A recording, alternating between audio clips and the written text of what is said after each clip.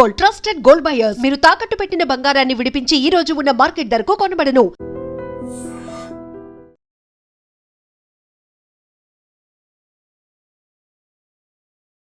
నమస్తే, welcome to iDream social spotlight with కవిత.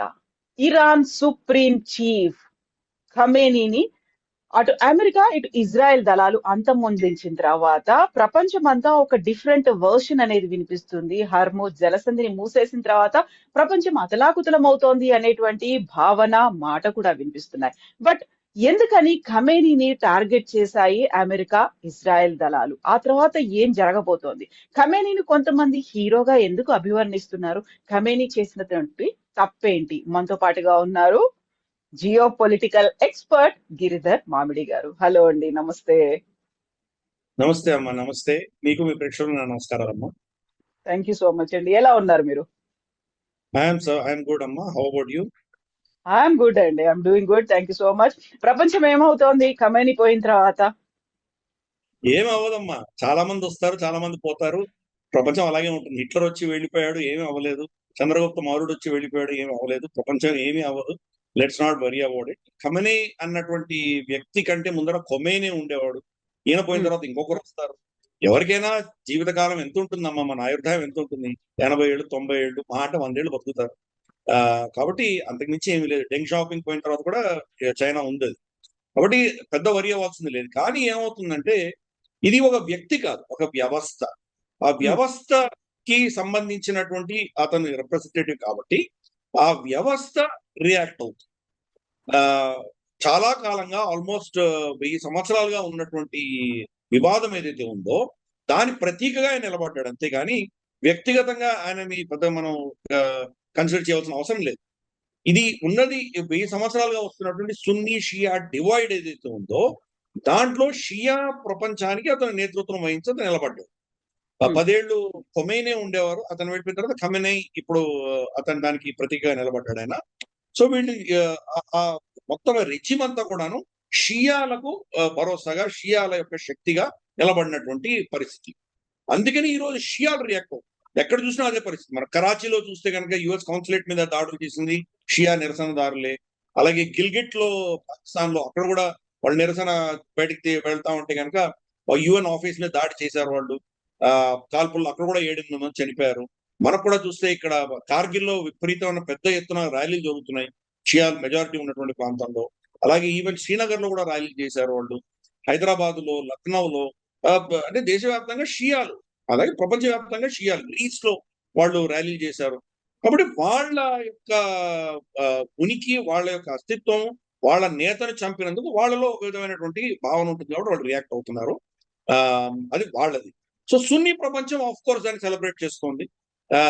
ఒక పెద్ద రాక్షసీ శక్తి మేము చంపేయగలిగాము, మాకు ఒక శత్రువు పోయాడు, మాకు ముప్పు, ఒక రిస్క్ ఫ్యాక్టర్ అనేది మాకు తగ్గిపోయిందని వాళ్ళు సంతోషిస్తున్నారు. కాబట్టి ఆ యాంగిల్లో చూడండి. కానీ ఈ మధ్యస్థంగా ఉన్న వాళ్ళు కూడా చాలా మంది ఉంటారు. ఖమేనీ ప్రభుత్వం పీడించిన వాళ్ళ బాధతోటి సఫర్ అయినటువంటి వాళ్ళు ఇరాన్ లోనే చాలా మంది ఉన్నారు. మాషా అమీని ఆవిడ సరిగా అమ్మాయి చిన్నపిల్ల బట్ట వేసుకోలేదని చెప్పి అమ్మాయిని చంపిన ఉదంతం మనకు తెలుసు. అప్పుడు నిరసనకారులు కావచ్చు, తర్వాత మన ద్రవ్యోల్బణం వచ్చినప్పుడు నిరసనకారులు కావచ్చు, వాళ్ళని చంపినటువంటి ఉదంతం. కాబట్టి ఒక విధమైన వ్యతిరేకత ఆ దేశంలో ఈవెన్ షియాల్లో కూడా ఉన్నది. సో ఈ దేశం అంతే. ఏ నేతకైనా కానీ కూడా 3 వర్గాలు ఉంటాయి. అతన్ని బాగా నమ్మి, అతన్ని గౌరవించి, అతని వెనకాల నిలబడ్డటువంటి ఒక వర్గం అయితే, అతని అంటే అసలు వైరం ఉండి అతన్ని హేట్ చేస్తూ అతని కంప్లీట్ గా ఆపోజిట్ ఉన్న వర్గం ఇంకో రెండోది ఉంటుంది. 3వ వర్గం తటస్థంగా ఉంటుంది. అటు ఇటు తేల్చుకోకుండా ఉన్న 3వ వర్గం కూడా ఉంటుంది. ఇరాన్ లో అలాగే ఉంది, అంతకంటే ఇంకేమీ లేదు. కాబట్టి ఇప్పుడు కూడా ఆయన చనిపోయిన తర్వాత సెలబ్రేట్ చేస్తున్న వర్గం ఒకటైతే కనుక ఆయన అపోజ్ చేస్తున్న వర్గం వేరే ఉంటుంది.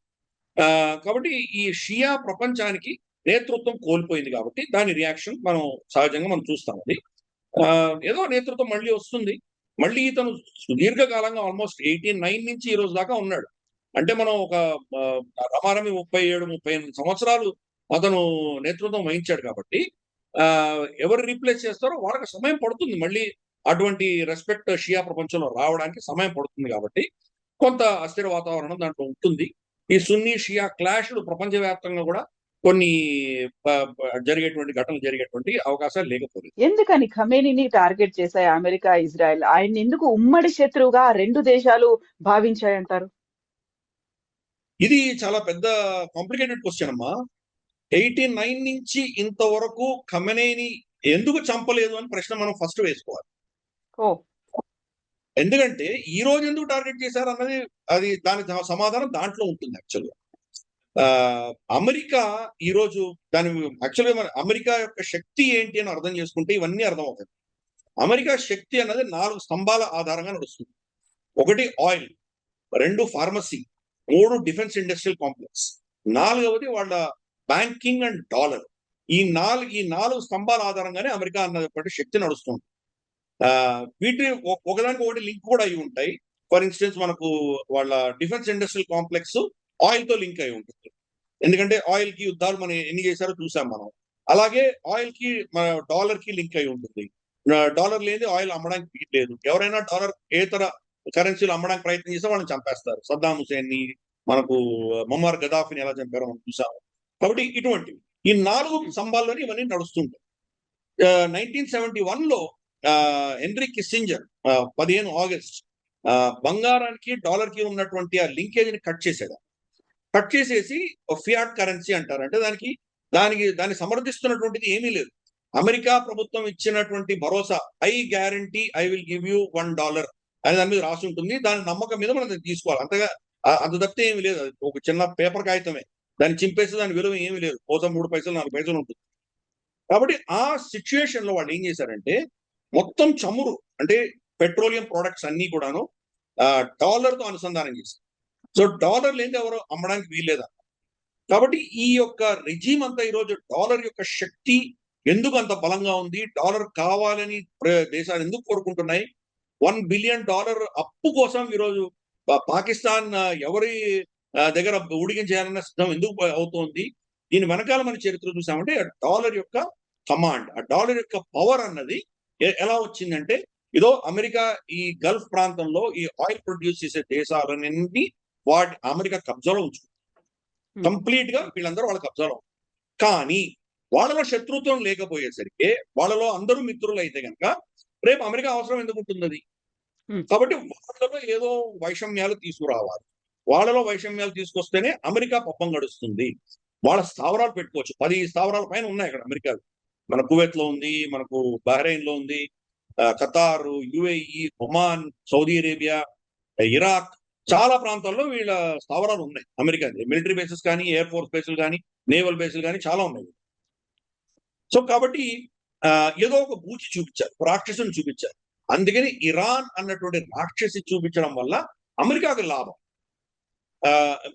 ఇరాన్ ఉంది చూడు, మిమ్మల్ని అచ్చేస్తుంది ఇచ్చేస్తుంది చూడు అని చెప్పి బెదిరించి మా అస్త్రాలు ఉన్నాయి మావి కొనుక్కోండి, మా ప్యాట్రియట్ మిసైల్స్ కొనుక్కోండి, టామాక్ మిసైల్స్ కొనుక్కోండి, F-16 కొనుక్కోండి. సో వాళ్ళ డిఫెన్స్ ఇండస్ట్రియల్ కాంప్లెక్స్ కి వాళ్ళ బిజినెస్ వస్తుంది. ఆయిల్ డాలర్ లోనే అమ్మగలరు వాళ్ళు.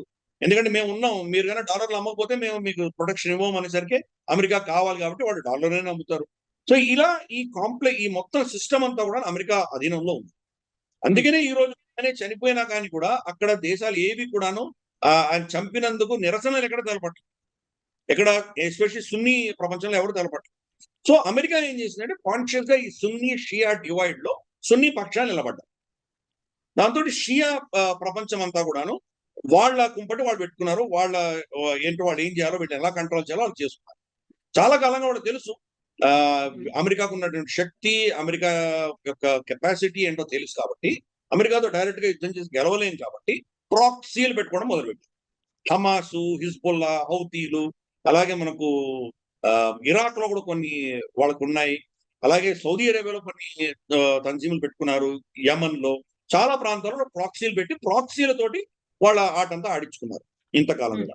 దీనికంతా సూత్రధారుడు ఖమెనీ. ఖొమేనీ ఉన్నటువంటి 10 సంవత్సరాలు కూడా ఇరాక్ తో యుద్ధం చేసి ఆయన తర్వాత చనిపోయాడు. ఆయన ఎక్కువ కాలం లేడు. ఇప్పుడు నిన్న చనిపోయినటువంటి వ్యక్తి ఖమెనీ, ఇతనే ఈ మొత్తం దీనికి మాస్టర్ ప్లాన్ వేసినంత IRGC పెట్టి దీన్ని ఫుడ్స్ కమాండో ఫోర్స్ అని పెట్టి ఇవన్నీ కూడా వీళ్ళతోటి తరచూ వీడి మీద దాడులు చేయడం ఇవన్నీ ఇతనే చేయించాడు, ఖమెనీ చేయించాడు. కాబట్టి షియాలకు అతను పెద్ద నేత అయి ఉండొచ్చు కానీ ప్రపంచవ్యాప్తంగా మానవ హక్కుల ఉల్లంఘన చేసి నరహంతకుడిగా నిలిచినటువంటి వ్యక్తి ఖమేనీ. కొన్ని లక్షల మందికి పొట్టబెట్టుకున్నటువంటి వ్యక్తి. కనీసం అంటే ఒక 3 తరాలుగా చాలా మంది చనిపోయారు. ఈరోజు గాజాలో ఉన్నటువంటి ఘటనలు కావచ్చు, లెబనాన్ కావచ్చు, యెమెన్ లో కావచ్చు, ఇతరత్రా బాంబింగ్స్ అన్ని ఎక్కడెక్కడ జరిగినాయి వాటన్నిటికి కూడాను సూత్రధారి ఖమేనీ. కాబట్టి అతని మీద సింపతి మనం ఏం చూపించక్కర్లేదు. సరే, వాళ్ళ నేతృత్వం ఉంది కాబట్టి వాళ్ళు షియాలు బాధపడచ్చు, అది వేరే విషయం. కానీ మనం విశ్లేషించి చూస్తే కనుక అతని యొక్క నైజం, అతని యొక్క చరిత్ర మాత్రం రక్తసిక్తమైన చరిత్రనే ఉంది అతను. సో ఇప్పుడు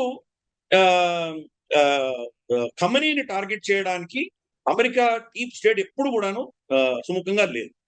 చాలా సార్లు బెంజమిన్ నెతన్యాహు అతన్ని చంపాలని ప్రయత్నం చేశారు. ఇప్పుడు నెక్స్ట్ అమెరికా గురించి అనుకున్నాం, ఇప్పుడు ఇజ్రాయెల్ గురించి చూద్దాం. ఇజ్రాయెల్ పరిస్థితి ఏంటంటే చాలా చిన్న దేశం. చుట్టుపక్కల మొత్తం ఈ ఇజ్రాయెల్ అన్న దేశం ఉండకూడదు, దీన్ని నాశనం చేయాలి అన్న భావజాలం ఉన్నటువంటి దేశాలే అన్ని ఉన్నాయి చుట్టూ. ఇప్పటికి కూడా మెజారిటీ ఆ చుట్టుపక్కల దేశాలు ఏవి కూడా ఇజ్రాయెల్ ని రికగ్నైజ్ కూడా చేయదు. మనకు ఈవెన్ రికగ్నైజ్ చేయదు, ఇంతవరకు కూడా ఖతార్ రికగ్నైజ్ చేయదు, ఒమాన్ రికగ్నైజ్ చేయదు. సో ఒక యుఏఈ ఒకటి రీసెంట్ గా అబ్రాహమిక్ అకౌంట్ రికగ్నైజ్ చేశారు, యుఏఈ బహ్రెయిన్ చేశారు, కానీ లేకపోతే వాళ్ళు కూడా చేయాలి. ఒక జార్డన్, టర్కీ, ఈజిప్ట్ తప్ప ఎవరు రికగ్నైజ్ చేయలేదు. సో ఇది పరిస్థితి. సో వీళ్ళ భావజాలంలో ఏంటంటే వాళ్ళ ఖురాన్ లో, హదీస్ లో రాసి ఉంది, యోధులు జ్యూస్ ఎక్కడ కనిపిస్తే అక్కడ వాళ్ళని చంపండి అని రాసింది అని వాళ్ళు చెప్తున్నారు. ఒక రాయి వెనకాల, చెట్టు వెనకాల ఒక యహూది జ్యూ దాచిపెట్టుకుంటే రాయి, చెట్టు నోరు తెరిచి ముస్లింకి అంటే దీన్ అంటే వాళ్ళ నమ్మేటువంటి వాళ్ళకి ఎలుగెత్తి చాటుతాయి, అవి నా వెనకాల జ్యూ దాచిపెట్టుకున్నాడు వచ్చి చంపు అని చెప్తాయని వాళ్ళ గ్రంథాల్లో రాసింది. కాబట్టి ఈ హేట్రెడ్ ఫర్ జ్యూస్ అనేది డాక్ట్రినల్. అదేదో వీళ్ళు వాళ్ళ ఏదో సతాయించారనో, మానవ హక్కుల ఉల్లంఘన చేశారనో, లేదా వీళ్ళని పీడించారనో అవి కానే కాదు. ఇది కొన్ని వందల సంవత్సరాలుగా వీళ్ళని చంపాలి అన్నటువంటిది వాళ్ళ మత సిద్ధాంతాల్లో ఉన్నది. కాబట్టి ఆ హేట్రెడ్ అన్నది చాలా డీప్ గా ఉంది. ఇది ఒక ముస్లిమ్స్కే కాదు, క్రిస్టియన్స్ కూడా ఉంది. జీసస్ క్రైస్ట్ క్రూసిఫికేషన్ కి కారకులు వీళ్లే, అతని సిలువ చెప్పింది జ్యూసే అని వాళ్ళు నమ్మారు. త్రికరణ శుద్ధిగా వాళ్ళ బైబిల్ని నమ్మేటువంటి వాళ్ళు జూ హేట్రెడ్ అన్నది వాళ్ళకు. అందుకని యాంటీ సెమెటిజం అన్నది యూరోప్ లో చాలా కాలంగా ఉంది. సరే, హిట్లర్ మనకు అంతే తెలుసు, కానీ హిట్లర్ కంటే ముందర కూడా వాళ్ళ దేశాలలో ఏ చిన్న గొడవ వచ్చినా ముందు జ్యూస్ పట్టి చంపేవాళ్ళు. ఫర్ ఇన్స్టెన్స్ అక్కడ ఏదో కొలరా లాంటి మహమ్మారి వచ్చిందంటే జ్యూస్ అందరిని తీసుకొచ్చి వాళ్ళ ఊరి మధ్యలో తగలబెట్టేవాళ్ళు. అలా ఉండేది. సో ఈ హేట్రెడ్ అన్నది రెండు అబ్రాహమిక్ మతాల్లో ఉంది, క్రిస్టియానిటీలో ఉంది, ఇస్లాంలో ఉంది. రెండు మతాల్లో కూడా జూయిష్ హేట్రెడ్ అని ఉంది. కాబట్టి ఇజ్రాయెల్కి ఏంటంటే చాలా చిన్న దేశం, వాళ్ళు బతకాలంటే ప్రతి యుద్ధము వాళ్ళు గెలిచి తీరాలి. ఒక్క యుద్ధం ఓడిపోయినా ఆ దేశం ఉండదు, ఆ ప్రజలు ఉండరు అని చెప్పేస్తారు. కాబట్టి వాళ్ళ శక్తిని పెంచుకుంటూ పోయారు. ఎంత శక్తిని పెంచుకున్నారంటే అఫ్ కోర్స్ వాళ్ళు చిన్న దేశం కాబట్టి అంత వాళ్ళు చేయలేరు, కాబట్టి అమెరికాతో అనుసంధానం చేశారు. అమెరికా ఎస్టాబ్లిష్మెంట్ ని కంప్లీట్ గా వాళ్ళ పాలసీని అంతా వీళ్ళ అధీనంలో పెట్టుకున్నారు. ఇజ్రాయెల్ వ్యతిరేకంగా అమెరికాలో ఎటువంటి పాలసీ రాకుండా వాళ్ళు ఆపుకున్నారు, కంట్రోల్ చేసుకున్నారు. సో అది ఒకటి, కూటమి పెట్టుకున్నారు అమెరికాతో. రెండు, ఈ చుట్టుపక్కల దేశాల్లో కూడా బాగా ఇన్ఫిల్టర్ అయిపోయి వాళ్ళ శక్తి వాళ్ళు ఏంటో వీళ్ళకి బాగా తెలుసు. కాబట్టి వాళ్ళు శక్తి పెరగకుండా వాళ్ళని ఆపేస్తారు. పొరపాటు ఎవరైనా న్యూక్లియర్ టెస్టింగ్ చేసుకోవడానికి ప్రయత్నం చేస్తే వాళ్ళని చంపేస్తారు. మొసాద్ వెళ్తుంది, వాళ్ళని ఏదో ఆపరేషన్ చేస్తుంది, వాళ్ళని చంపేస్తారు. ఇరాన్ లో కనీసం అంటే ఒక 70-80 మంది సీనియర్ న్యూక్లియర్ సైంటిస్ట్ చచ్చిపోయారు. ఎలా చచ్చిపోయారో ఒకటి తెలియదు. రేడియేషన్ తో చనిపోయారు, ఎక్కడో రోడ్లో వెళ్తుంటే ఏదో బాంబు పేలి చచ్చిపోయారు, ఏదో విధంగా చనిపోయారు. కాబట్టి ఇజ్రాయెల్ దాని చుట్టుపక్కల దేశాల్లో ఎవరికి కూడా ఇజ్రాయెల్ కంటే బలం వస్తుంటే వాడు చూసి ఊరుకోరు. ఇజ్రాయెల్ కంటే బలోపేతమవుతున్న దేశాలన్నింటినీ టార్గెట్ చేస్తారు, దాన్ని నాశనం చేస్తారు. అది వాళ్ళ అజెండా. బెంజమిన్ నెతన్యాహు ప్రకారం దాని చుట్టుపక్కల మేజర్ థ్రెట్స్ ఏవైతే ఉన్నాయో, సిరియాలో బషర్ అల్ అసాద్ కావచ్చు, లేదా మనకు సద్దాం హుసేన్ కావచ్చు, మన ముమార్ గదాఫీ కావచ్చు, లేదా మనకు ఖమేనీ కావచ్చు, వీళ్ళని తీసేయాలి అని చాలా కాలంగా ప్లాన్ చేశాడు. సద్దాం హుసేన్ తీయగలిగాడు. సద్దాం హుసేన్ కూడా జార్జ్ బుష్ ను వాడుకున్నారు ఇజ్రాయెలైట్స్. అక్కడ నిజంగా వెపన్స్ ఆఫ్ మాస్ డిస్ట్రక్షన్ అన్నారు, ఎక్కడున్నాయి అక్కడ వెపన్స్ లేవు, డిస్ట్రక్షన్ లేదు, ఏమీ లేదు. ఏదో బూచి చెప్పారు, అతన్ని తీసేయాలని నిర్ణయించుకున్నాడు కాబట్టి తీయించేశాడు.